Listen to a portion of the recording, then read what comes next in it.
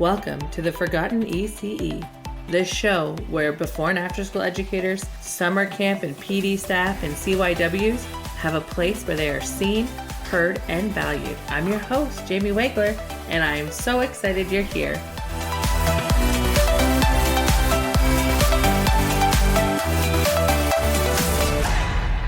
Hello, everyone, and welcome back to the Forgotten ECE. I am so excited today because joining us is Dr. Yarden Kedar, a developmental psychologist whose work spans language acquisition, cognitive development, socio-emotional growth, and educational innovation. Dr. Kedar holds a PhD in developmental psychology from Cornell University and has advised government agencies, educational media, and nonprofits on early literacy and children's development. His research explores how children learn language across cultures, how they navigate gestures, facial expressions, and social cues, and how identity and emotion shape learning. He also works in the EdTech space, helping create joyful and curious early learning experiences using AI and social robotics. How cool. In addition to his research and innovation work, Dr. Kedar consults with childcare officials and kindergarten programs in Israel and the UK, and he brings a global perspective on what children need to feel safe and seen. Today, we dive into one of his most personal and powerful topics, the social-emotional journey of bilingual children, inspired in part by the experiences of his own daughters as Hebrew-English bilingual learners in the United States. Thank you so much for being here, Dr. Yarden. It's such a pleasure to have you. Thank you, Jamie. Thank you for the introduction. Happy to be here. Beautiful. So, why don't you start by telling us about your daughter's early experiences as Hebrew-English bilingual children in the United States? Right. So this takes us back quite a while. I mean, more than 20 years ago. Okay. When my wife and we came from Israel to Cornell University, Ithaca, New York. Beautiful place. And we went there because I started my PhD program, or actually my MA and Master's and PhD combined. We came as a young couple, 2001. And then 2 years later, as I was struggling with my studies and getting my research done, our first child was born, Kaya. And then 3 years later, second daughter, Talia, was born. So both are proud.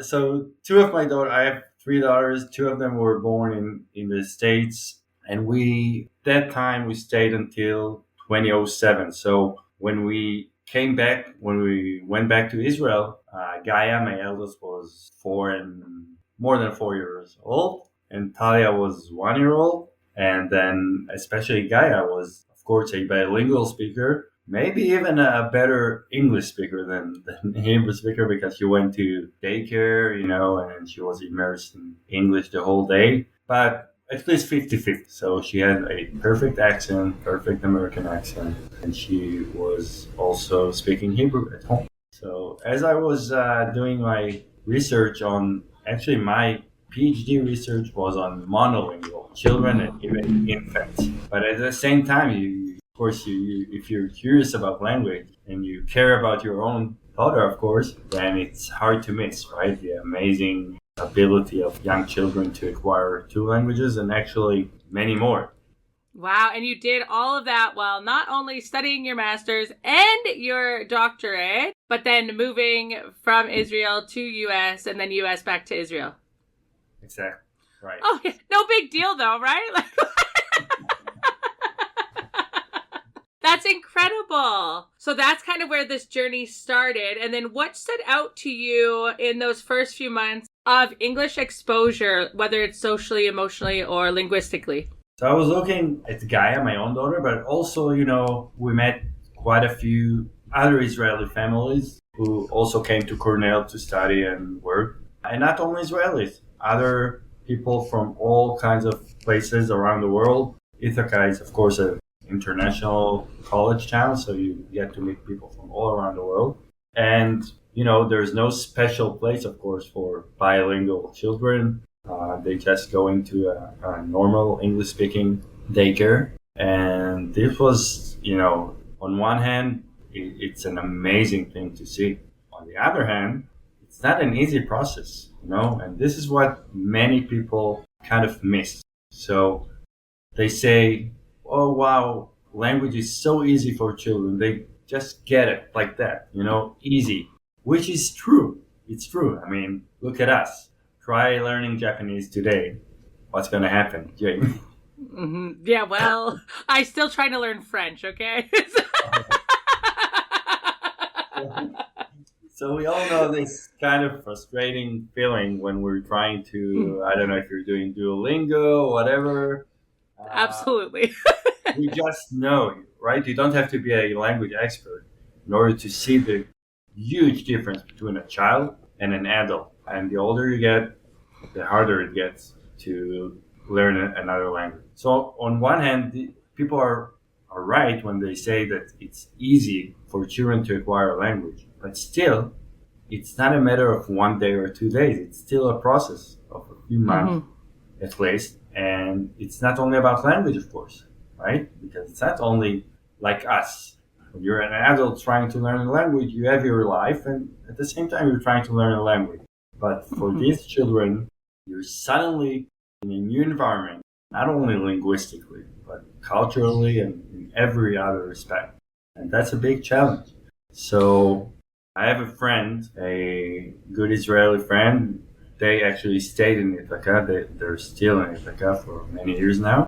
But we always remember those first days when his daughter went into this American, very friendly, of course, but for her, foreign and kind of threatening new place, English speaking.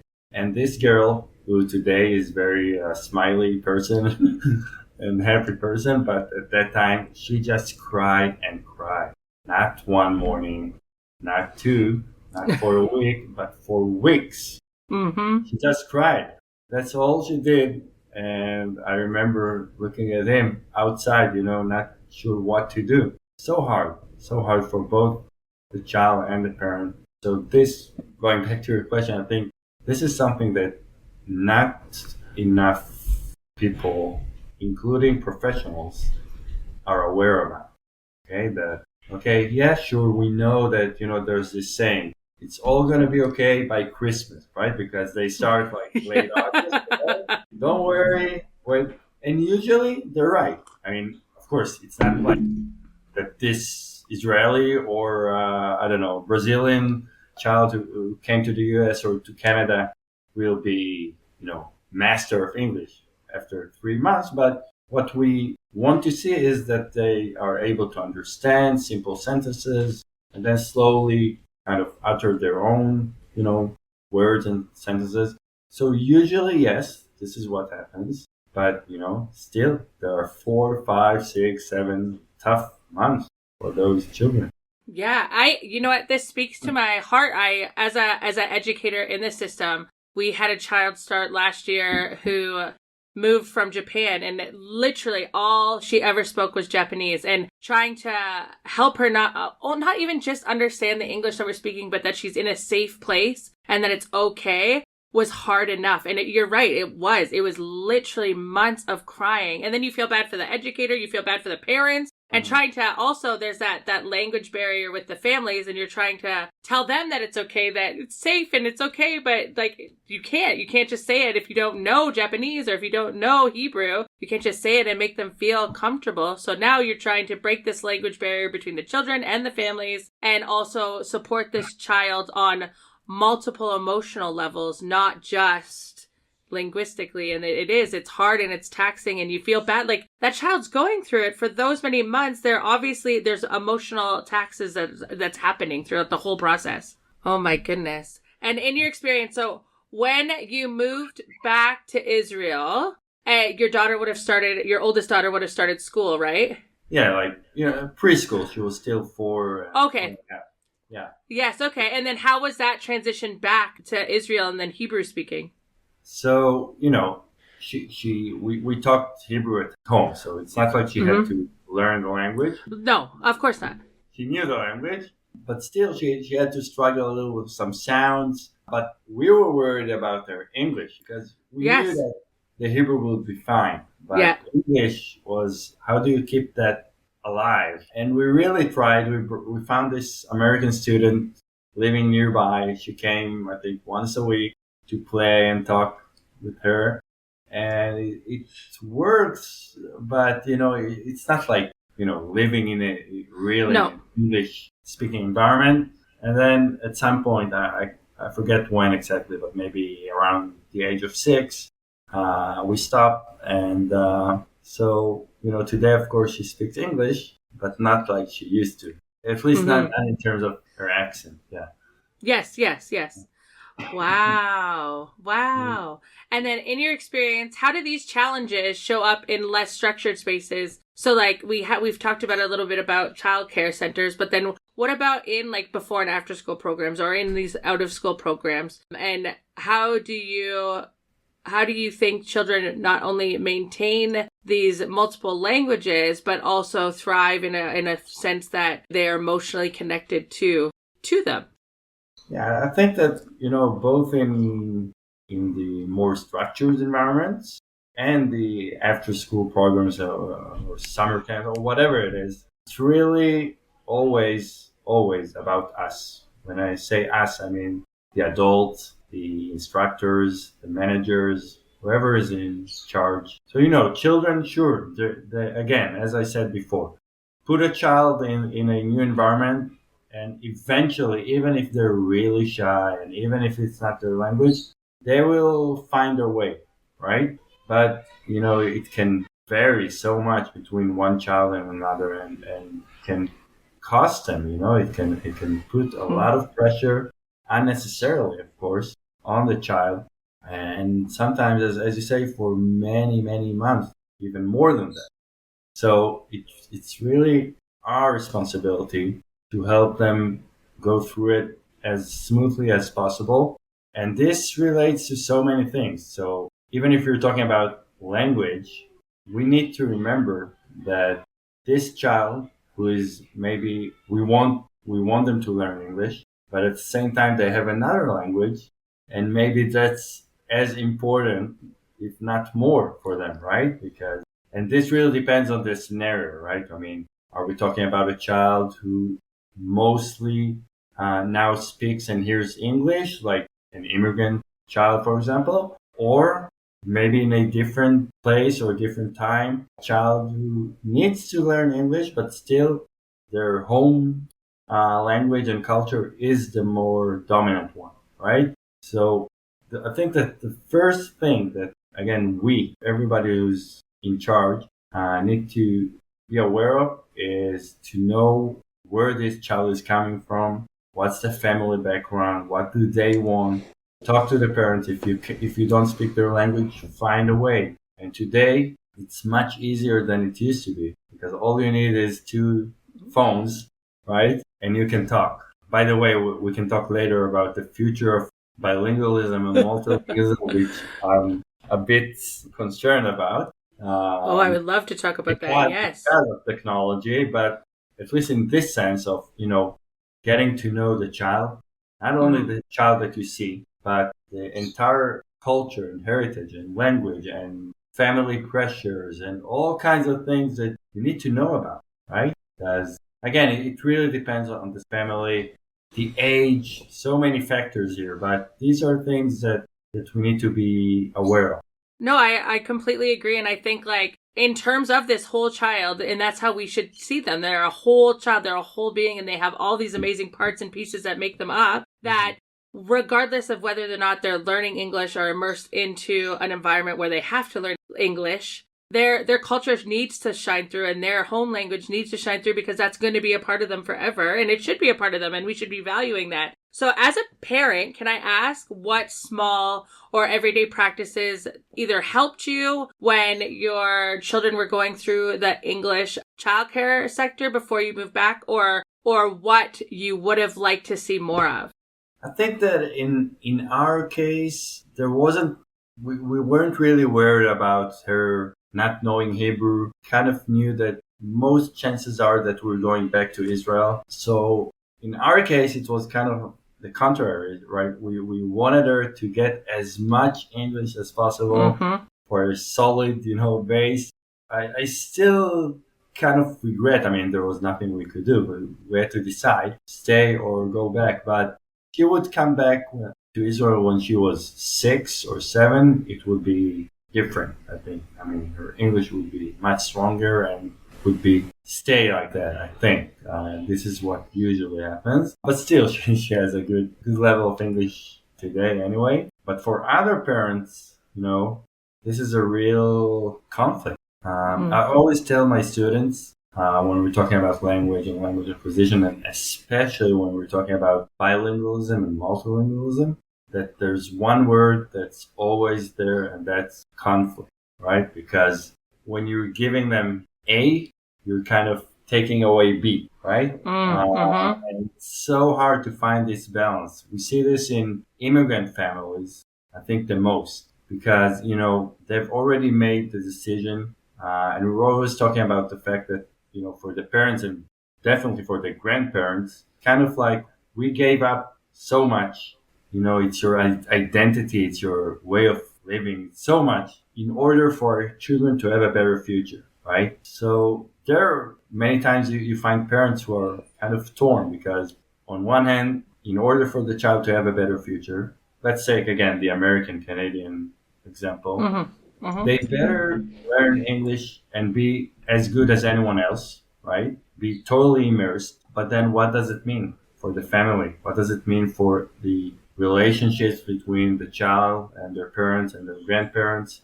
We know that as time goes and you get older, you're kind of spending more time and you're more influenced by your peers. And then you suddenly see teenagers who are kind of maybe ashamed to when their parents are speaking in a different language in front of them, or even not speaking, just being dressed differently or whatever, right? Anything that is different, the child wants to get away from. So this is why I'm talking about conflict, right? Because it's really hard to say what's the best route to go.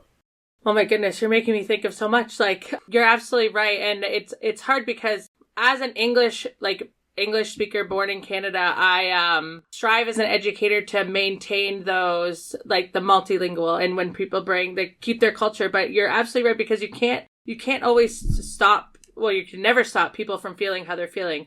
But also in that translation, if their grandparents are there or their parents, and you have stories and histories and learnings and rituals that you do, and you bring down the generations, they get lost in translation. So keeping that part of your culture and keeping that part of your sense of yourself, you don't want to lose that. But then I can also see from your point of view, like you're trying to do what's best for your family, and you're trying to do what's best for your children, and where that conflict falls, because now all of a sudden you risk losing that, but you also risk of your children not wanting to talk Hebrew, or your children not wanting to talk Brazilian or whatever, because they're surrounded by English speaking people. And that's got to be so incredibly hard and wow. So I think that let me just say that personally, yeah. I think that, or in my case, for my family, this was, I think, the most important factor in our decision to go back, because it was like taking an offer in the States versus going back to a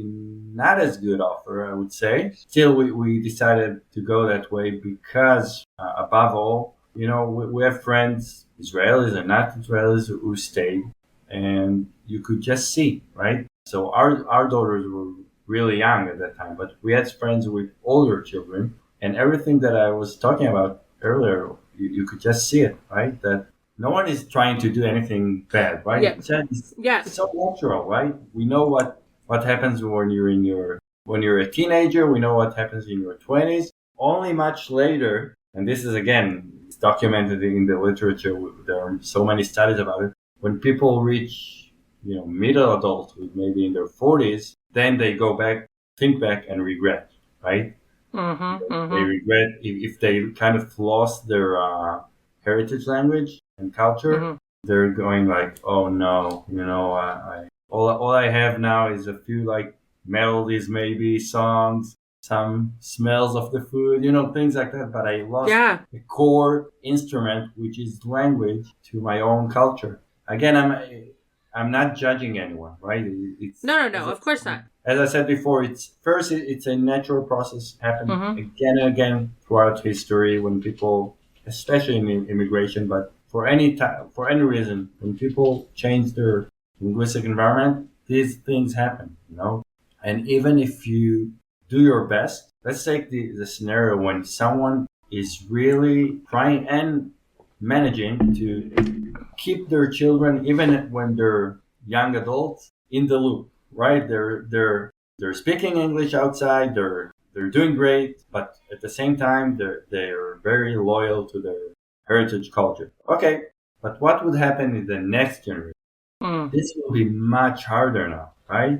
For the grandchildren and grandchildren to keep up that language, that's very hard. Okay, so what I'm saying is, for those parents who struggle with these dilemmas, what I'm saying is, don't. What you're trying to do is bring your children to the best place with the best prospects. Don't blame yourself too much. Don't be too hard on yourself, because even if you do everything possible, if you think about it rationally, most chances are that in 1-2 generations ahead, the next generation, what they'll know is English, right? Because this is where they're gonna live. Wow. Yeah, no, and that's a good point. Is there anything, in your opinion, that educators should do to support children who are adjusting to the new language or to new languages? Sure. There are things that they must do, really. So I think that first, again, what every caregiver or daycare manager or whatever needs to understand is that what we're talking about is not only language. Okay, it's a whole range of developmental issues that need to be treated emotionally, of course, socially, cognitively. Everything is affected by changing an environment, right? For example, take this child who was the smartest in their school or preschool. They're still super smart, but if they don't have language now, and it's going to take them a while to catch up, what would that do to their self-image, right? And again, this is something that you see so many times, right?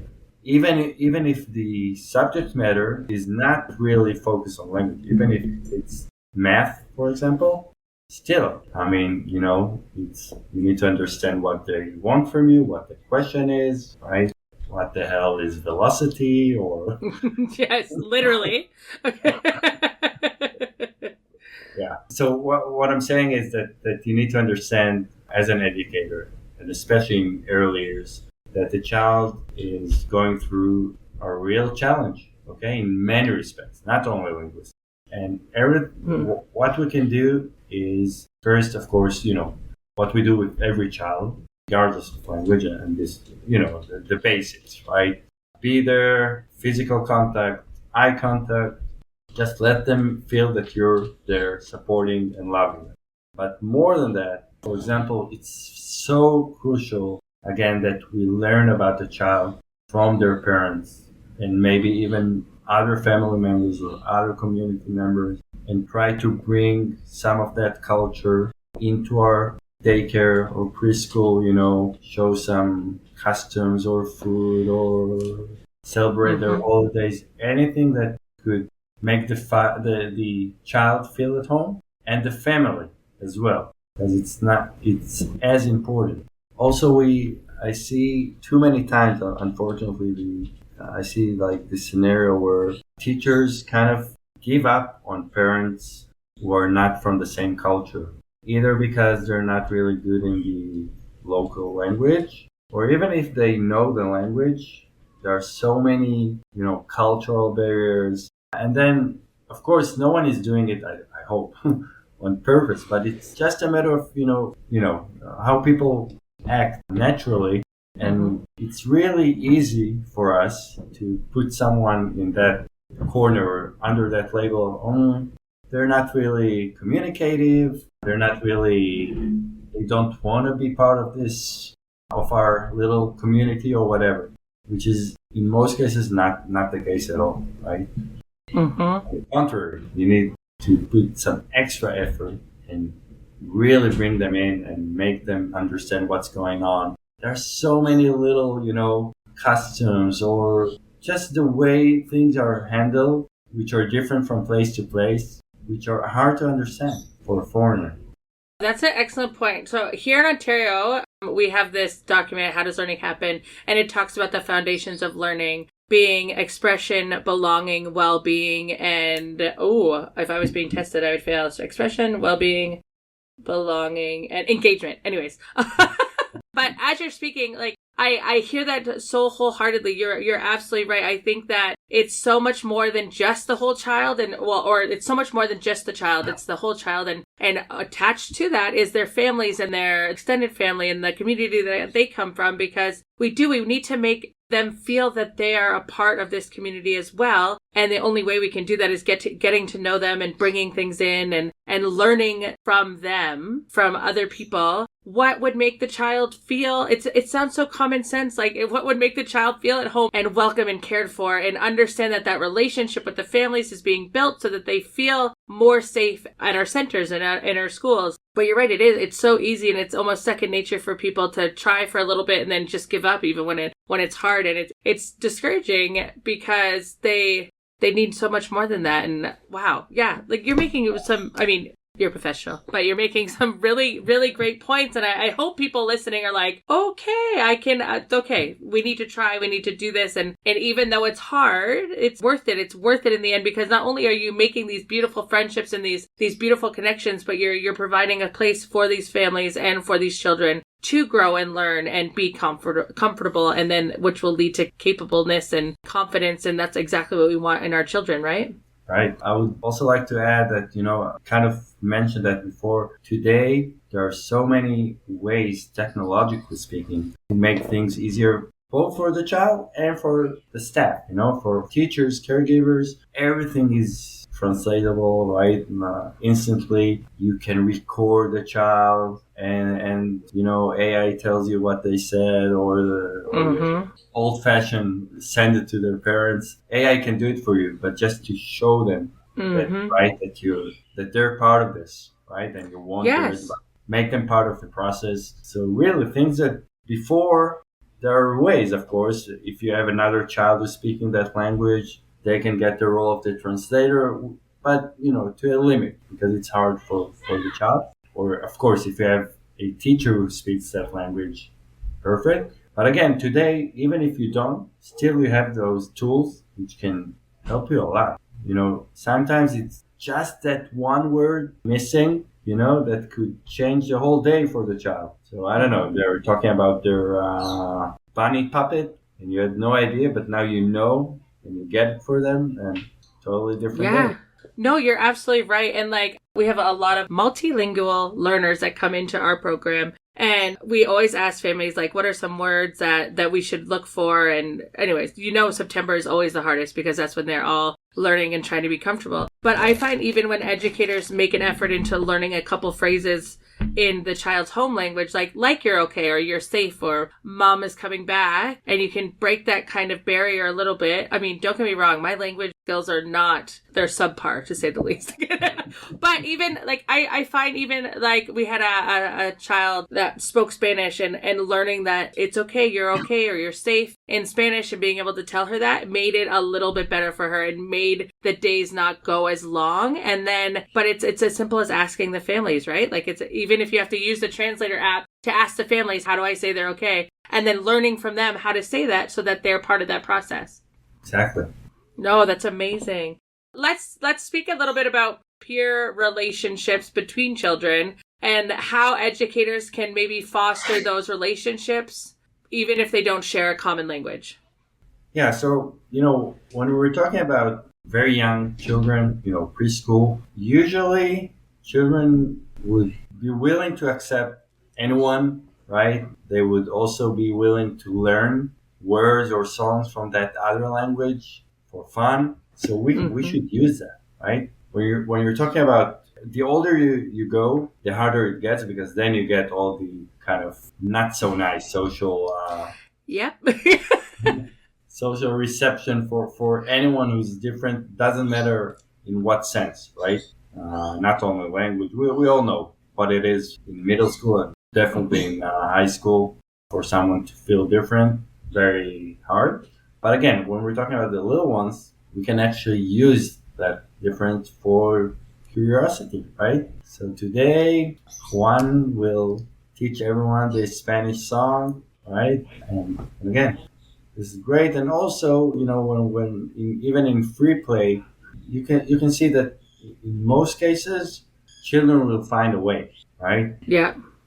I remember again one personal anecdote is when I was 8, we came also to the States for 1 year when I was a child. And I remember the first day, I only knew just a few basic words, not able to say one sentence. But then I came back on a bike. Somehow I managed to find a friend and even to get a bike from them. And my parents were very happy about it. So this is the magic of young children, right? Beyond language. And there's so much hope there because, that was, you said when you were 8, so we didn't have the tools that we have now to fathom being able to communicate with each other. So you managed to do that without these tools, so that I think that we are in pretty good hands to figure this out with the tools that we have. There's no excuses now. Right. You're absolutely right, though. The older the kids get, the harder it is. And I can understand that to a whole level with the hormones and the conflicts and the things that come with older kids. So looking at specifically before and after school programs, the ages can range from as young as 4.5 to 12 here. Do you have any advice for how to, or do you think that that's still early enough that children can accept each other without hesitation? Or do you think there's things that educators should do to foster that learning environment to make it easier for children to come into those programs? Yeah, so again, ideally at least, we need to train teachers, and maybe in these places or in these settings even more so. I'm saying ideally because we know that, unfortunately it's not always the case. I'm being gentle here. I appreciate that. But you're right. Sometimes, and it's all over the world, the people who get those jobs are really not qualified for any type of education. Of course, many are. I'm not saying, but we need to be. So the bottom line is that training is crucial here. Here I'm talking specifically about cross-cultural, cross-linguistic acceptance, just knowledge. And then also some basic tools like the ones we discussed earlier to help those children, right? And again, if you're talking about 8, 9, 10 years old, that's where things become harder, right? So again, the teachers must be there to mediate, to even protect sometimes the child who's struggling with a new language. Yeah. But to take the more optimistic side, maybe, again, we have so many ways now, really. It's not like it used to be maybe where it was like this kind of like sacred or secret knowledge that only a few had. Everything is so, it's online, some basic tricks that can change entirely the atmosphere for the whole class and specifically for those children who are not native speakers of a language. More really a matter of will, and motivation. This is, I'm consulting, all kinds of preschools and daycare centers. And I think that this is above all the main issue. Sometimes you have great people who are just exhausted, They kind of lost their motivation. We're kind of drifting away now to talk about the unfair case of the status of early childhood education and the pay that people get. I always tell teachers and managers, I'm here as a consultant, but believe me, I wouldn't survive a day in your job. Because it's so hard. It's so hard every day to go there and take care of the kids. Yeah, this brings the Forgotten ECE title to a whole new level. It's funny how we talk about being essential in this field and how important early childhood is, which we know for a fact it is. But then when we get to the educators, it's kind of forgotten on who we're letting teach our children, who is teaching our children, and then the educators that are teaching our children that are really good, how we forget to appreciate and value them to what they really deserve. But you're right. It's a great point. I'll never argue with that. Through your research, though, you have EdTech work. So we talked a little bit about AI and that, but how can AI and social robotics support early learning and language development in ways that complement human educators, especially in before and after school care? Okay, great. So I'll start with the positive aspect. Yes. And how we can use AI to help child development in general, and then also language learning. And then maybe later also about the risks or some concerns that I have and other people have. We should definitely touch on the risks too. Okay. So positively speaking, I'm going to give two examples from my own research. One is actually that's outside of academia. It's like this startup where we're developing this language learning assistant. Okay. The idea is that the robot is mediating between a very young child, we're talking about even, toddlers, and an adult. Because that product is looking at primarily at the Chinese market, we know that in China and many other Far East countries, it is the grandmas, grandparents who are taking care of the little ones, right? Mm-hmm. That's the model. That's just the way it is. And then if we want to teach English at a very young age, before school, and of course in a friendly way, in a fun way, what our robot is doing is kind of like serving again as a bridge between little baby and grandma who doesn't speak English, right? So the robot needs to know, kind of Chinese and English. But again, we're looking at a very young age in which we know the language learning skill is optimal, right? So you don't want to wait until not even 4, 5, 6 years of age, as we usually do, to teach another language. This is always something that strikes me, because parents, teachers, people who kind of design the curriculum, it's like two different worlds. The science says that the younger you go, the easiest it is. There is no problem for a child to acquire more than one language. They can acquire 4 or 5 languages even if you just give them exposure. Mm-hmm. But then when you look in most places around the world, people say, no, it's going to harm them. Wait. But then when you wait, you lost that critical window in which they were perfectly suited to learn another language. So that's one thing that doing, and in a different research at Cornell currently, we're trying to develop a robot that is focused on not only language, but socio-emotional skills in general. And this robot,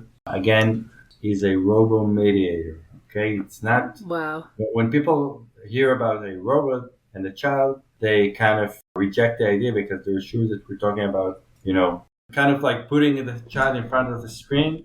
So now you're pressing it with a robot. No, of course not. It's a triangle. Okay, child, robot, and adult. And in this specific case, we're trying to help children who are out of home for a reason, of course, taken out of home to residential care. And of course, usually these children, even the younger ones, kind of lost trust, right, in people. Absolutely. So this is a big task for us to kind of help them label emotions, understand their emotions, and express emotions, both with language and without it, through the robot. Okay, that's our big task now. I hope we're on a good path to achieve it. So far, it works fine with normally developing children. We tested it in Ithaca, and I'm really hopeful that it's going to work with other children as well, or children at risk. Oh my goodness, both of these are incredible. And I mean, and you talk about it so nonchalantly, like, oh, we're just building robots to help with language and social emotion. But these are huge needs in childcare and huge needs with children. And that would be like, even your work is incredible to think about how we can better this socio-emotional system and this language system, and how we can really keep culture alive in one through the use of a robot to maintain English and Chinese speaking, but also how you can foster this socio-emotional learning for children. Like, wow. No big deal though, right? Easier said than done. Yeah. Oh my goodness. And then you said that there's some concerns you have with AI and what that looks like. Do you want to share some of those? Yeah. So I think that the first concern is, what we've been seeing in the last decade or so. That is kind of like this addiction, not only kids, we also, we must admit it, to all those gadgets and screens and stuff. And now with AI, even more so, because it's really unbelievable. Look at videos that AI makes now. And so that's, of course, the number one concern. But speaking more specifically about the future of language, when I think about language, again, I don't think just about a tool for communication, right? This is what most people, I think, are talking about, intuitively when they think about language. But language is so much more than that. Language is your identity, it's your culture, it's your memories, it's pretty much everything you are as a human being. I don't think I'm exaggerating here. No, I would have to agree with you. And then with AI and other globalization related issues, we may face a future, and not so far away, where first, many languages are going to disappear because, it's already happening. English, you have Mandarin, you have Spanish, you have Arabic, like the big languages, kind of like pushing away all those little ones. And then, when the younger generation stops using a language, that's it. At the end, you're left with the few old people, and when they die, it's gone. Maybe, you can still preserve it digitally, but it's not the same language anymore. So that's one thing. Also, we talked earlier about how amazing it is sometimes when you have those instant translation abilities now. But that's also a big concern, because now we're talking about a technology which already exists, not fully powered, but it's already there, and most likely in a few months or maybe 1 year, it's going to be functional. Where, let's say you go to Vietnam. How's your Vietnamese? Worse than my French, and my French is bad, so terrible. But you're on this amazing trip, Vietnam, going to the market, and you get to this place where there's no English, no one speaks English, no problem. Why? Forget about Google Translate and all that old stuff. Now we're talking about you talking to a person in English, and they hear you with your own voice speaking Vietnamese. They answer in Vietnamese, you hear them in their own voice in English, and wow. Okay, now no one needs to be bilingual or multilingual because everything is translatable instantly, right? And for me, that's a big concern because, again, language is a whole world, right? And there are things that I can think about and talk about in Hebrew and not in English, and vice versa, of course. It's much more than just a tool. And if we lose that, and of course, not to mention all the other benefits that we now kind of know about for bilingualism, some cognitive advantages that we know that bilingual people have, this will be lost. So I hope that I'm wrong. Talking about the future of language is a very risky bet, I would say, because, for a good example is, if we would go back in time like 1,000 years, what would be the dominant language of the world at that time? What's your guess? Not English. I was going to say, it's not English. Is it Hebrew? No, that was Latin. Latin? Yeah. And then if you would go back and tell someone back at that time that, in a few hundred years, no one's going to know Latin. No one's going to speak it except for a few scholars. They would just laugh at it, right?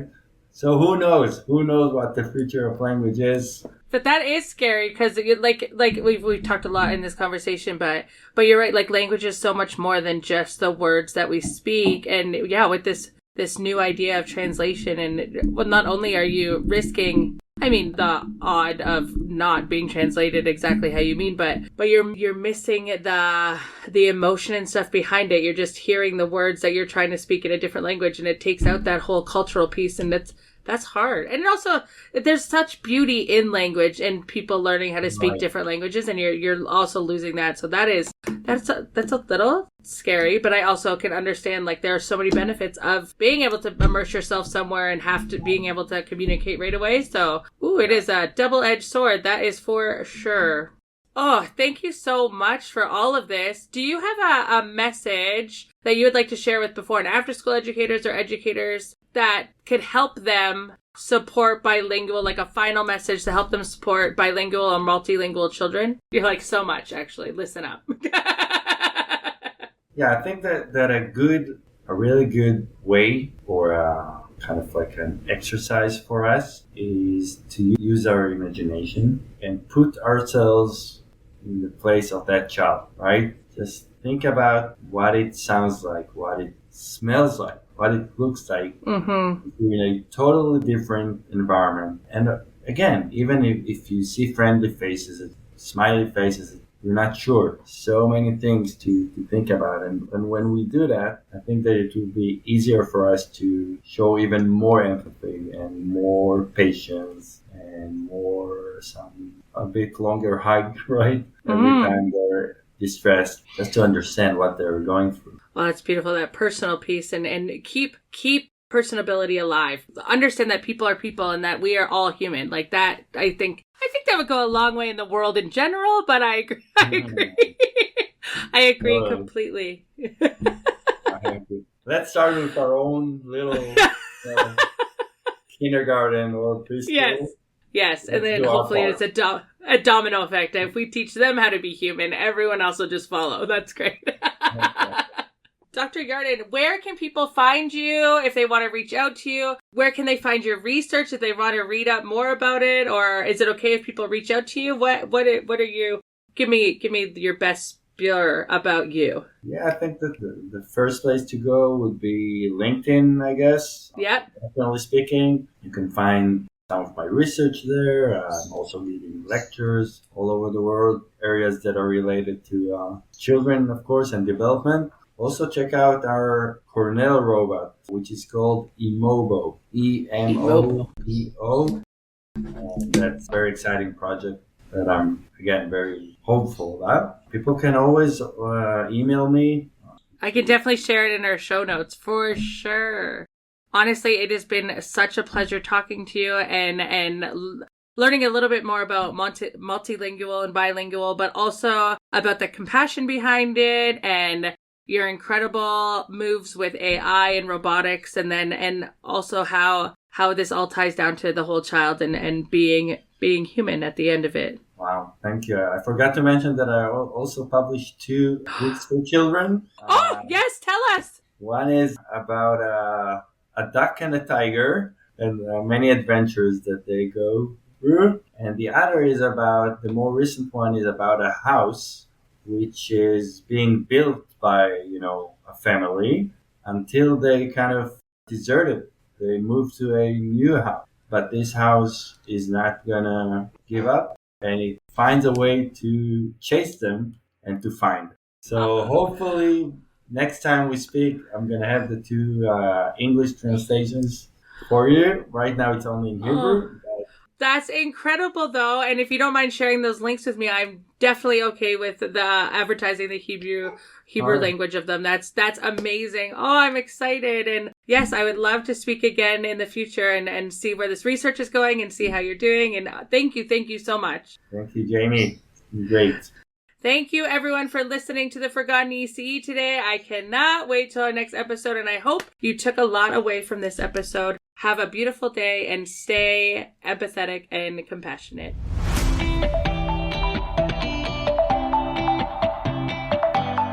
Thank you, amazing listeners, for your support. Don't forget to follow me on Instagram at MissJamie_RECE. Give a star rating and leave a review. Have something you want to hear about in relation to before and after school programs or full day summer camp? DM me or comment. Again, thank you so much and happy learning.